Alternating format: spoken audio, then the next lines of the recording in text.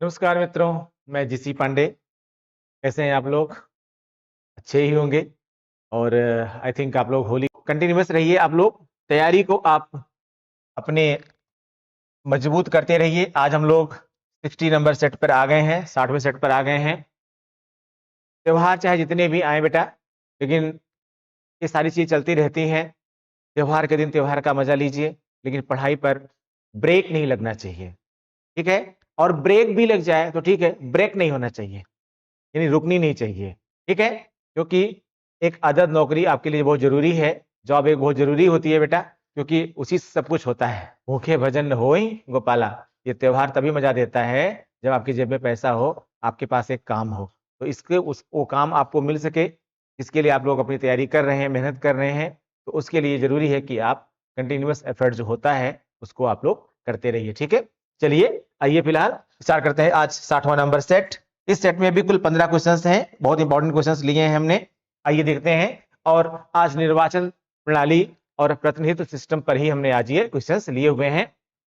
पहला क्वेश्चन है इसमें, जॉन स्टुअर्ट मिल के द्वारा जिन चुनावी सुधारों का समर्थन किया गया उसमें सम्मिलित थे।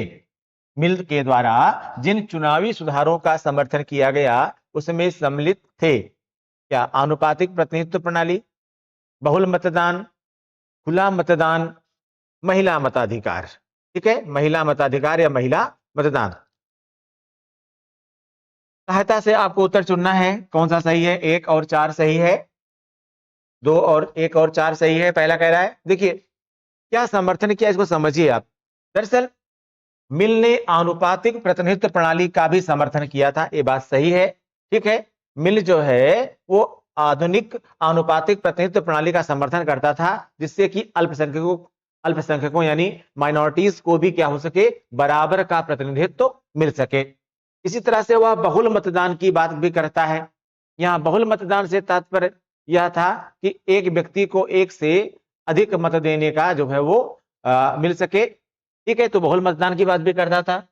खुला मतदान प्रणाली, अगर हम बेंथम को देखें तो बेंथम आप जानते हैं बंद मतदान व्यवस्था, ठीक है, बंद मतदान व्यवस्था। दरअसल ये सारी बातें किसने की है, उसने मिल साहब ने। इनकी बुक थी रिप्रेजेंटेटिव गवर्नमेंट,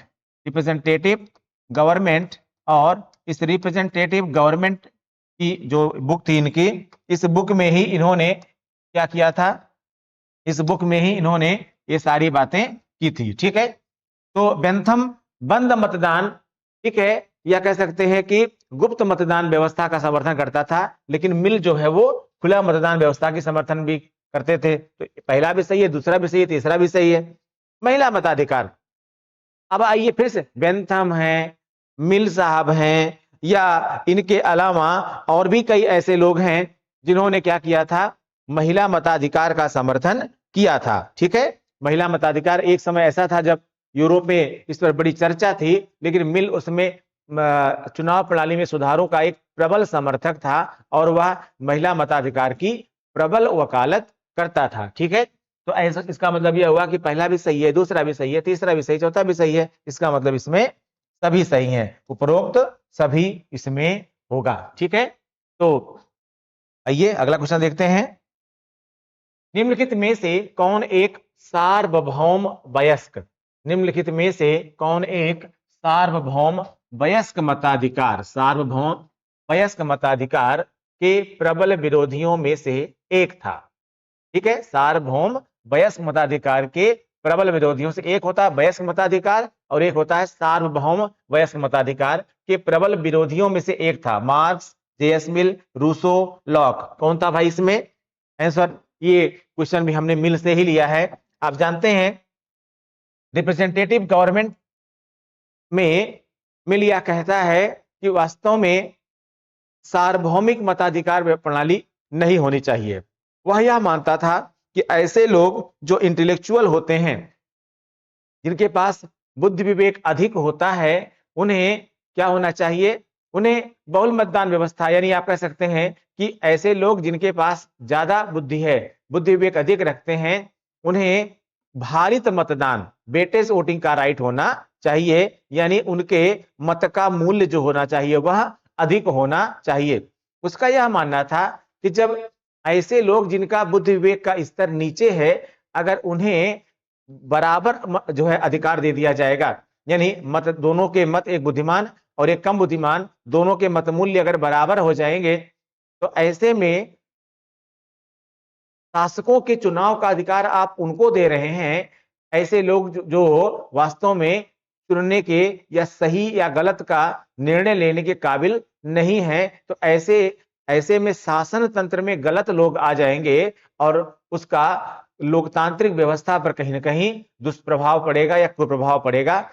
ठीक है, इसलिए यह इस मतदान व्यवस्था को जो है कि मांग करता था। यह अलग बात है कि फिलहाल वर्तमान में किसी भी देश में ऐसी व्यवस्था नहीं है। ठीक है, तो कौन था इसमें, मिल था, आंसर मिल हो जाएगा, यानी सेकंड हो जाएगा बी। अगला क्वेश्चन देखते हैं, किस विचारक ने महिला मताधिकार का प्रबल समर्थन किया? किस विचारक ने महिला मताधिकार का प्रबल समर्थन किया? दरअसल यहां पर हमने इस क्वेश्चन को इसलिए लिया कि इनमें से कई हैं जो महिला मताधिकार का समर्थन करते हैं, लेकिन यहां पर क्वेश्चन का ध्यान दीजिएगा, प्रबल समर्थन किया, यानी बहुत जोरदार वकालत की अगर हम बात करें तो उसमें नाम किसका आता है? देखिए, महिला मताधिकार का समर्थन जो है वो थॉमस हेयर भी करते हैं, बेंथम भी करते हैं और मिल भी करता है। लेकिन प्रबल समर्थक कौन था? मिल था। प्रबल समर्थक कौन था? मिल था। और यूरोप में 19वीं शताब्दी में महिला मताधिकार पर काफी चर्चाएं होती थी, काफी बहस होती थी और इस पर अंतिम निर्णय नहीं लिया जा पा रहा था, क्योंकि कुछ लोग इसका विरोध करते थे तो कुछ लोग इसका क्या करते थे, समर्थन करते थे। अब 19वीं शताब्दी में आप खुद देखिए कि इंग्लैंड में यानी ब्रिटेन में 1918 में महिलाओं को मताधिकार का अधिकार दिया गया है, लेकिन वहीं पर न्यूजीलैंड में 1893 में ही महिलाओं को मताधिकार का अधिकार दे दिया गया था। तो अगर आप न्यूजीलैंड से इंग्लैंड तक जाएं तो आप पा रहे हैं कि लगभग 25 सालों के ऊपर का अंतर आपको दिखाई पड़ रहा है महिलाओं को मताधिकार का अधिकार देने में। तो अलग अलग यूरोपियन कंट्रीज में भी यह प्रॉब्लम थी, लेकिन मिल जो था यह तटस्थ था कि हमें महिलाओं को मतदान का बराबर अधिकार मिलना चाहिए। ठीक है, आइए अगला क्वेश्चन, निम्न में से किस प्रणाली द्वारा अल्पसंख्यकों का प्रतिनिधित्व सुनिश्चित हो सकता है? निम्नलिखित में से किस प्रणाली द्वारा महिलाओं का प्रतिनिधित्व सुनिश्चित हो सकता है? महिलाओं का प्रतिनिधित्व सुनिश्चित हो सकता है, किससे हो सकता है भाई बताइए? एक व्यक्ति एक मत प्रणाली से, आनुपातिक प्रतिनिधित्व प्रणाली से, प्रादेशिक प्रतिनिधित्व प्रणाली से या कार्यात्मक प्रतिनिधित्व प्रणाली से? बताइए भाई, ध्यान दीजिएगा, अल्पसंख्यकों का जो प्रतिनिधित्व है वह आनुपातिक प्रतिनिधित्व प्रणाली से हो सकता है। आनुपातिक प्रतिनिधित्व प्रणाली से हो सकता है। दरअसल ये जो आनुपातिक प्रतिनिधित्व प्रणाली होती है, इसका उद्देश्य यह होता है कि सभी राजनीतिक दलों को विधानमंडल में जितने भी मत प्राप्त होते हैं, उन प्राप्त मतों के आधार पर उनका प्रतिनिधित्व जो होता है, रिप्रेजेंटेशन जो होता है, वह सुनिश्चित किया जाता है। अब इसमें कुछ कंडीशंस होती हैं। पहली चीज तो कि इसमें जो निर्वाचन होगा वह बहुसदस्यीय होगा। निर्वाचन क्या होगा? बहुसदस्यीय होगा। इसके अलावा उम्मीदवार जो होता है उसको एक निश्चित कोटा, निश्चित यानी न्यूनतम कोटा, जैसे आपके यहाँ राष्ट्रपति का चुनाव है तो आनुपातिक प्रतिनिधित्व प्रणाली है, तो वहां पर राष्ट्रपति पद पर विजयी होने के लिए आपको एक न्यूनतम कोटा प्राप्त करना, यह इसकी अनिवार्यता होती है। इसके अलावा इसमें जो है व्यवस्थापिका में समान प्रतिनिधित्व की बात की जाती है। तो व्यवस्थापिका में समान और उपयुक्त प्रतिनिधित्व प्रदान किया जाता है, किसके द्वारा? आनुपातिक प्रतिनिधित्व प्रणाली के द्वारा। तो आप कह सकते हैं कि इसमें सभी को अगर बराबर प्रतिनिधित्व देना है तो उसके लिए क्या है भाई? उसके लिए क्या है? अल्पसंख्यकों का अगर प्रतिनिधित्व बराबर का देना है तो आपको आनुपातिक प्रतिनिधित्व प्रणाली चुनना पड़ेगा। ठीक है, इसको रट लीजिएगा। निम्न में से किस प्रणाली द्वारा अल्पसंख्यकों का प्रतिनिधित्व सुनिश्चित हो सकता है? किसके द्वारा? आनुपातिक प्रतिनिधित्व प्रणाली के द्वारा। यह असिस्टेंट प्रोफेसर में भी कई बार पूछा गया है और आपके बीपीएससी में भी पूछा गया है। ठीक है, इंपॉर्टेंट आपका है ये। आइए अगला देखते हैं। वह मतदान व्यवस्था जिसमें मतदाता किसी प्रत्याशी को वह मतदान व्यवस्था जिसमें मतदाता किसी प्रत्याशी को एक से अधिक मत दे सकता है कहलाती है। वह मतदान व्यवस्था जिसमें मतदाता किसी प्रत्याशी को एक से अधिक मत दे सकता है कहलाती है। बहुल मतदान, बहुमतदान, सामूहिक मतदान या फिर संचयी मतदान। क्या कहते हैं?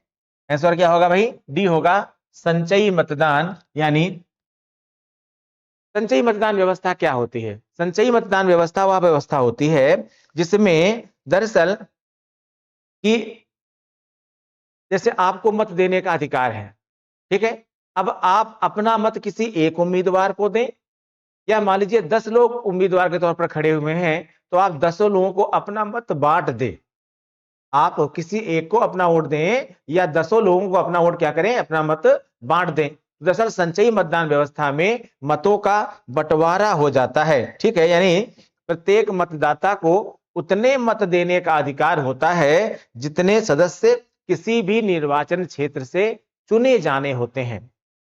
ठीक है, तो इसको हम क्या कहते हैं? संचयी मतदान व्यवस्था कहते हैं। ठीक है, अगला क्वेश्चन। अमेरिकी राष्ट्रपति चुनाव में यदि किसी उम्मीदवार को अपेक्षित बहुमत नहीं मिलता है तो निर्णय के लिए भेजा जाता है।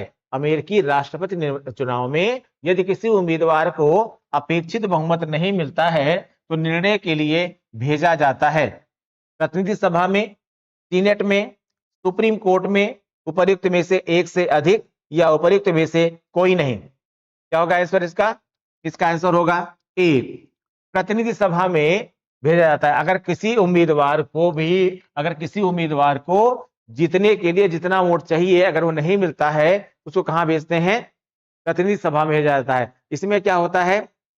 मान लीजिए 2 कैंडिडेट हैं और जीतने के लिए उनको बराबर का वोट अगर नहीं मिल पाया तो ऐसे में क्या किया जाता है कि जो दोनों उम्मीदवार हैं उनमें से किसी एक को निर्वाचन करने के लिए क्या करना होता है कि जो है निर्वाचन के लिए, जैसे मान लीजिए ए है और बी है, अब इनमें ना तो ए जीत पाए और ना ही बी जीत पाए तो इन दोनों का निर्वाचन कहां भेज दिया जाएगा? राज्यों में भेज दिया जाएगा। ठीक है, राज्यों में जो है भेज दिया जाएगा और प्रत्येक राज्य क्या करेगा? इनको अपना अपना फिर से चुनाव करेगा। तो ऐसे में अब ये जो राज्य है बनती है, किसे बनती है? ये जो प्रतिनिधि सभा है वो किसे बनती है? राज्यों से ही बनती है। तो प्रतिनिधि सभा इनका निर्वाचन करेगी कि भाई कौन इनमें से राष्ट्रपति बनेगा। ठीक है, तो अल्टीमेटली आंसर क्या हो जाएगा? ए हो जाएगा। अगला क्वेश्चन। स्वस्थ लोकमत के निर्माण में बाधा है। स्वस्थ लोकमत के निर्माण में बाधा है। स्वतंत्र प्रेस, निरक्षरता, स्वस्थ तथा सशक्त राजनीतिक दल या सांप्रदायिकता का अभाव। बताइए भाई, स्वस्थ लोकतंत्र के निर्माण में क्या बाधा है? बहुत सरल क्वेश्चन है, सभी जानते हैं इसका। ठीक है, निरक्षरता। फिर भी ये क्वेश्चन पूछा गया। क्यों पूछा गया? दरअसल राजनीति शास्त्र पढ़ने का एक उद्देश्य भी होता है। उद्देश्य यह होता है कि आपको यह सच पता रहे कि जो व्यवस्थाएं बनती हैं उनमें किसी व्यवस्था से क्या समस्याएं हो सकती हैं और क्या अच्छाइयां हो सकती है। दरअसल स्वस्थ लोकतंत्र बने, विकसित लोकतंत्र बने, उसके लिए यह आवश्यक है कि जो जैसे अभी मिल ने कहा था, मिल ने क्या कहा था कि वेटेज वोटिंग की बात किया था उन्होंने। जो बुद्धिविवेक वाले हैं उनके मत का मूल्य अधिक होने की बात किया था, लेकिन फिलहाल यह व्यवस्था बहुत कठिन है। तो दरअसल जब निरक्षर लोग मतदान व्यवस्था में भाग लेते हैं तो उसकी एक समस्या होती है। अब यहाँ निरक्षरता की परिभाषा भी थोड़ी स्पष्ट करनी होगी। निरक्षरता का मतलब यह नहीं होता है कि आप सिर्फ पढ़ना लिखना जानते हो या आप बहुत पढ़ना लिखना जानते हैं। दरअसल यहाँ निरक्षरता से मतलब है आपकी समझदारी से, आपके बुद्धि विवेक से। बहुत ही एकदम अंगूठा टेक आदमी होता है पर बहुत बुद्धिमान होता है कभी कभी, और कई बार बहुत पढ़ा लिखा आदमी भी होता है, वो भी बेवकूफ होता है।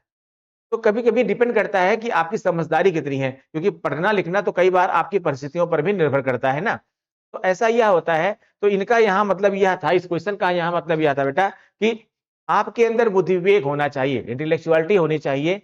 और अगर ऐसे लोग जिनमें यह चीज नहीं है वह डेमोक्रेसी में पार्टिसिपेट करते हैं, तो जाहिर सी बात है कि वह व्यक्ति विशेष को चुनेंगे, यानी अपने हित के लिए चुनेंगे, धर्म के आधार पर चुनेंगे, जाति के आधार पर चुनेंगे, व्यक्तिगत संबंधों के आधार पर चुनेंगे, ठीक है, या और किसी आधार पर चुनेंगे। लेकिन जिसके आधार पर वास्तव में चुनाव करना चाहिए, हो सकता है उसके आधार पर चुनाव ना करें, ठीक है। तो बस लोकतंत्र के निर्माण में बाधा क्या है? निरक्षरता। और मैंने समझाया अभी आपको कि निरक्षरता का मतलब जो है वह शिक्षा यानी लिखना पढ़ना नहीं होता है, ठीक है, बुद्धि विवेक का मतलब होता है वहां पर, ठीक। अगला क्वेश्चन, लोकमत के अतिरिक्त अन्य किसी वस्तु को शासन का आधार मानकर पृथ्वी पर कभी कोई शासन नहीं कर सका है, यह किसका कथन है? यह किसका कथन है? दरअसल यहां पर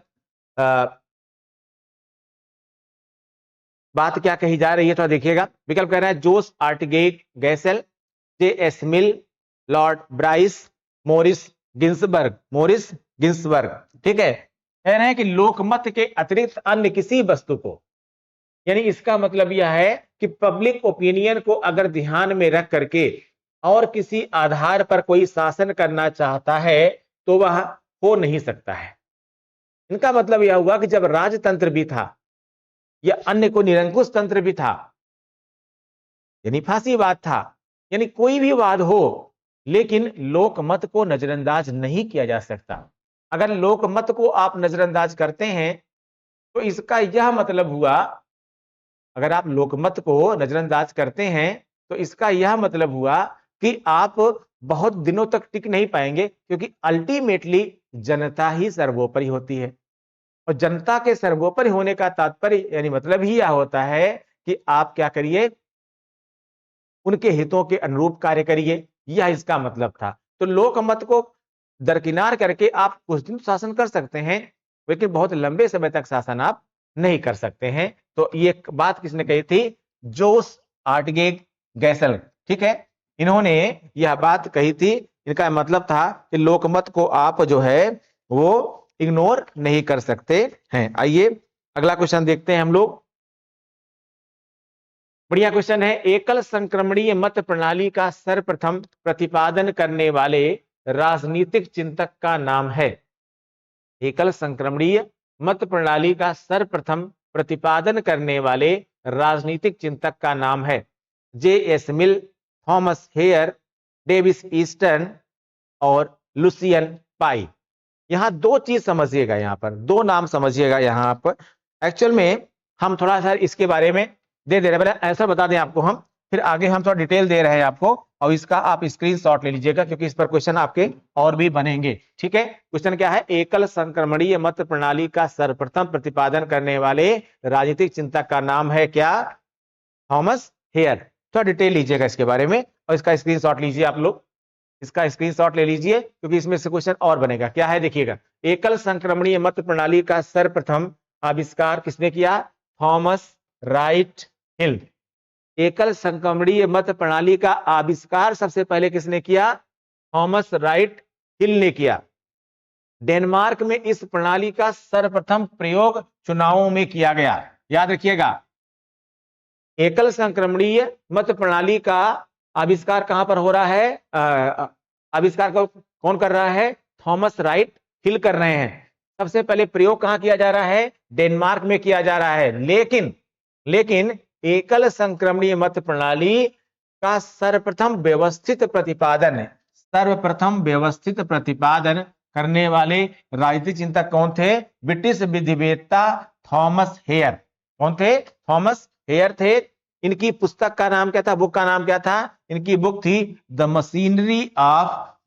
machinery of representation, the machinery of representation. ठीक है, कब हुआ था? 1857 में इन्होंने किया था। इन्होंने आनुपातिक प्रतिनिधित्व की प्रणाली का भी सर्वप्रथम प्रतिपादन किया था, याद रखिएगा। तो एकल संक्रमणीय मत प्रणाली, ध्यान देना बेटा, एकल संक्रमणीय मत प्रणाली का आविष्कार सबसे पहले किसने किया था? थॉमस हेयर ने किया था। सॉरी, आविष्कार सबसे पहले थॉमस राइट हिल ने किया था, लेकिन व्यवस्थित प्रतिपादन किसने किया था? थॉमस हेयर ने किया था। सबसे पहले इस्तेमाल कहां हुई थी ये प्रणाली? डेनमार्क में हुई थी। लेकिन अब एक दूसरी प्रणाली भी है, जिसको सुनते हैं आप अक्सर, आनुपातिक प्रतिनिधित्व प्रणाली।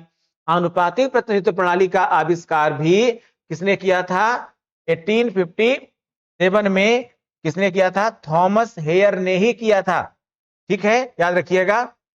देख लीजिए, यहां से फिर से पढ़ लीजिएगा आप चाहे। इन्होंने आनुपातिक प्रतिनिधित्व की प्रणाली का भी सर्वप्रथम प्रतिपादन किसका? आनुपातिक प्रतिनिधित्व प्रणाली का भी सर्वप्रथम प्रतिपादन किया था, जिसे हेयर प्रणाली के नाम से भी जाना जाता है। यह प्रणाली अल्पसंख्यकों को प्रतिनिधित्व प्रदान करने की उत्तम व्यवस्था है। अभी से पहले क्वेश्चन हम करा चुके हैं, जहां मैंने बताया था कि जहां क्वेश्चन पूछा गया था कि अल्पसंख्यकों को प्रतिनिधित्व मिलता है किस व्यवस्था में? तो किस व्यवस्था में मिल सकता है? आनुपातिक प्रतिनिधित्व प्रणाली में मिल सकता है। ठीक है, यहां पर आपको 5-7 क्वेश्चन सीधे मिल जा रहे हैं। स्क्रीनशॉट जरूर लीजिए बेटा, इसको याद करिए।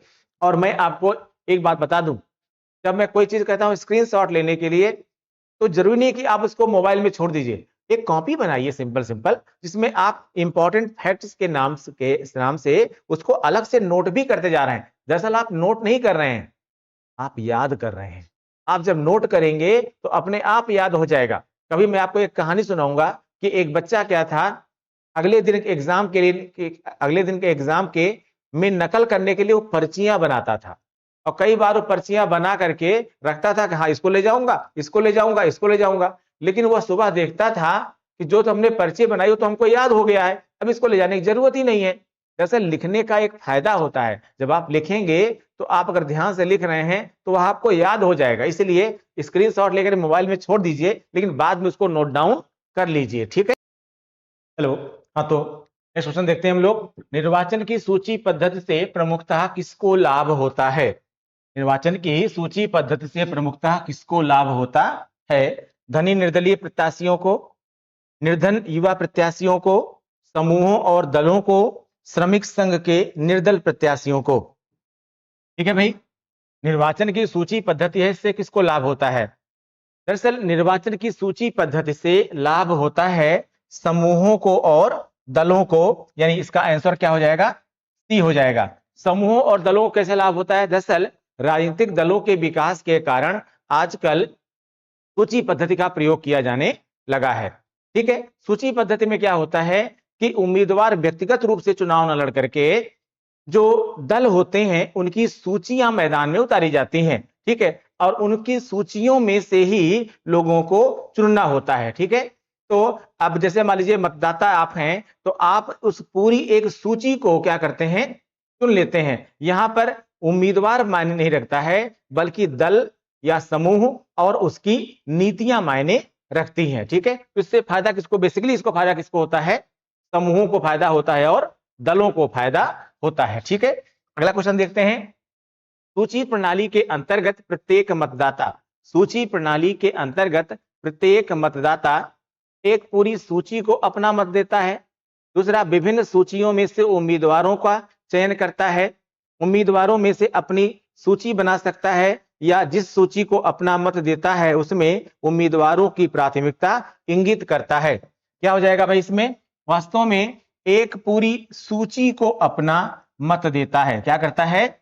एक पूरी सूची को अपना मत देता है। ठीक है, सूची प्रणाली में अभी मैंने बताया कि उम्मीदवार खुद व्यक्तिगत तौर पर चुनाव ना लड़ करके, जो चुनावी दल होते हैं दलीय प्रणाली में, वे खुद अपनी एक पूरी सूची देते हैं। ठीक है, एक दल अपनी पूरी सूची दे रहा है, एक दल अपनी पूरी सूची दे रहा है, अब उसी जो अलग अलग जो सूचियां हैं, जो अलग अलग लिस्ट हैं, उनमें एक पूरी लिस्ट को आपको, यानी किसी ऐसा नहीं कि इस सूची से इनको, उस सूची से उनको, ऐसा नहीं है, एक पूरी लिस्ट को ही आपको वोट करना होता है, जिसको भी करना है। मान लीजिए आपके पास 10 सूचियां आई, तो उनमें से किसी एक को करना है, लेकिन उस सूची में जितने भी नाम हैं वह सभी फिर स्वतः ही इलेक्ट हो जाएंगे। ठीक है, यह क्या होती है, ये सूची प्रणाली होती है, और इसमें उम्मीदवार को, इसमें जो मतदाता होता है वह पूरी सूची को अपना मत देता है। अगला क्वेश्चन देखते हैं, निम्नलिखित में से कौन कार्यात्मक प्रतिनिधित्व के प्रमुख प्रतिपादक हैं?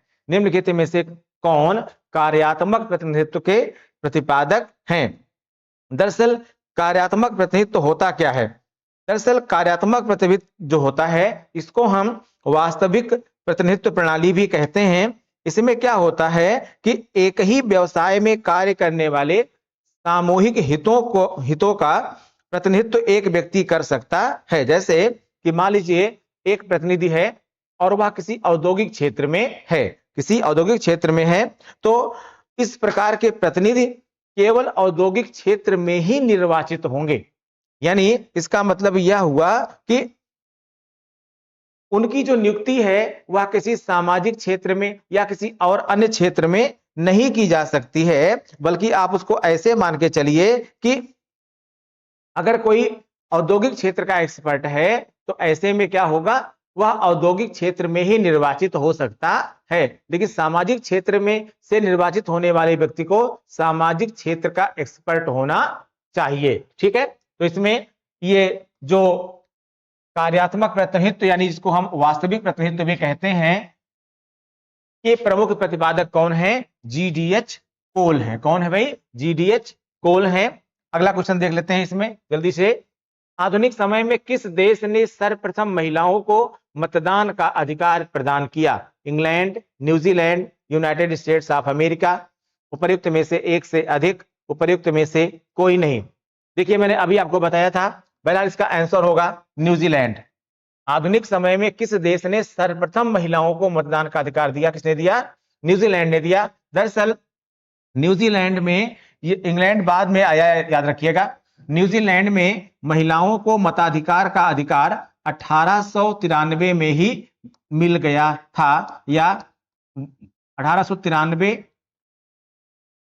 के चुनाव में, ठीक है, महिलाओं को मताधिकार मिल गया था। लेकिन अगर हम इंग्लैंड की बात करें तो इंग्लैंड में 1918 में, ठीक है, इंग्लैंड में 1918 में महिलाओं को मताधिकार का अधिकार मिला। मताधिकार का अधिकार जो है वो मिला, तो इंग्लैंड में बाद में मिला, इंग्लैंड से पहले जो है वो न्यूजीलैंड में कब? 1893 में ही मिल गया था। तो ऐसा होगा इसमें न्यूजीलैंड। अगला क्वेश्चन देखते हैं, कुछ रिक्तियों को भरने के लिए किए गए निर्वाचन को निम्नांकित में से किस प्रकार की संज्ञा देंगे? कुछ रिक्तियों को भरने के लिए किए गए निर्वाचन को निम्नांकित में से किस प्रकार की संज्ञा देंगे? नामांकन, उपचुनाव, निर्वाचन, या इनमें से कोई नहीं। क्या होगा भाई इसमें? इसे कहते हैं उपचुनाव या बाईपोल। क्या कहते हैं? बाईपोल। जैसे इसमें क्या होता है, जैसे मान लीजिए अगर कोई व्यक्ति है, निर्वाचित हुआ है, उसकी मृत्यु हो गई, या उसने त्यागपत्र यानी रिजाइन कर दिया, या कोई और भी कारण हो सकता है, तो ऐसी स्थिति में उस निर्वाचन क्षेत्र में पुनः मतदान जो करवाया जाता है, और उसका जो कार्यकाल होता है, जैसे अगर हम आपके भारत की बात करें, तो जैसे मान लीजिए लोकसभा के कार्यकाल, अगर कोई लोकसभा का सदस्य है और वहां पर लोकसभा के सदस्य के निर्वाचन क्षेत्र में ऐसा हो रहा है, तो उसका जो कार्यकाल होगा वह वर्तमान लोकसभा के कार्यकाल के बराबर होगा। यानी अगर मान लीजिए 2 साल के बाद चुनाव हो रहा है, तो 3 साल अगर कार्यकाल बचा तो उसका कार्यकाल कितना होगा? 3 साल होगा। विधानसभा के केस में भी ऐसे ही होगा। ठीक है, तो इसे क्या कहते हैं भैया? उपचुनाव कहते हैं। चलिए अगला क्वेश्चन देखते हैं, प्रत्यक्ष निर्वाचन का अभिप्राय है। प्रत्यक्ष निर्वाचन का अभिप्राय है जब प्रतिनिधि मनोनीत किए जाएं, जब प्रतिनिधि नौकरशाहों द्वारा निर्वाचित किए जाएं, अगला जब प्रतिनिधि जनता द्वारा स्वयं निर्वाचित किए जाएं, और अगला जब प्रतिनिधि अभिजन वर्ग द्वारा निर्वाचित किए जाएं। ठीक है, क्या होगा भाई, प्रत्यक्ष निर्वाचन का अभिप्राय क्या है?